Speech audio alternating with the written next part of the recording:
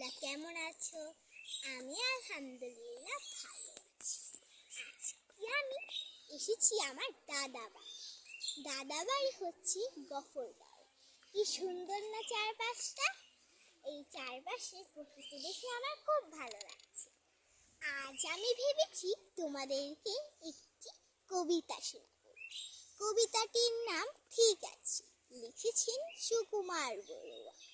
অসময় মেহমান ঘরে ঢুকে বসে যান, বোঝালাম ঝামেলা যতগুলো ঠিক আছে, তবু তিনি বললেন ঠিক আছে ঠিক আছে।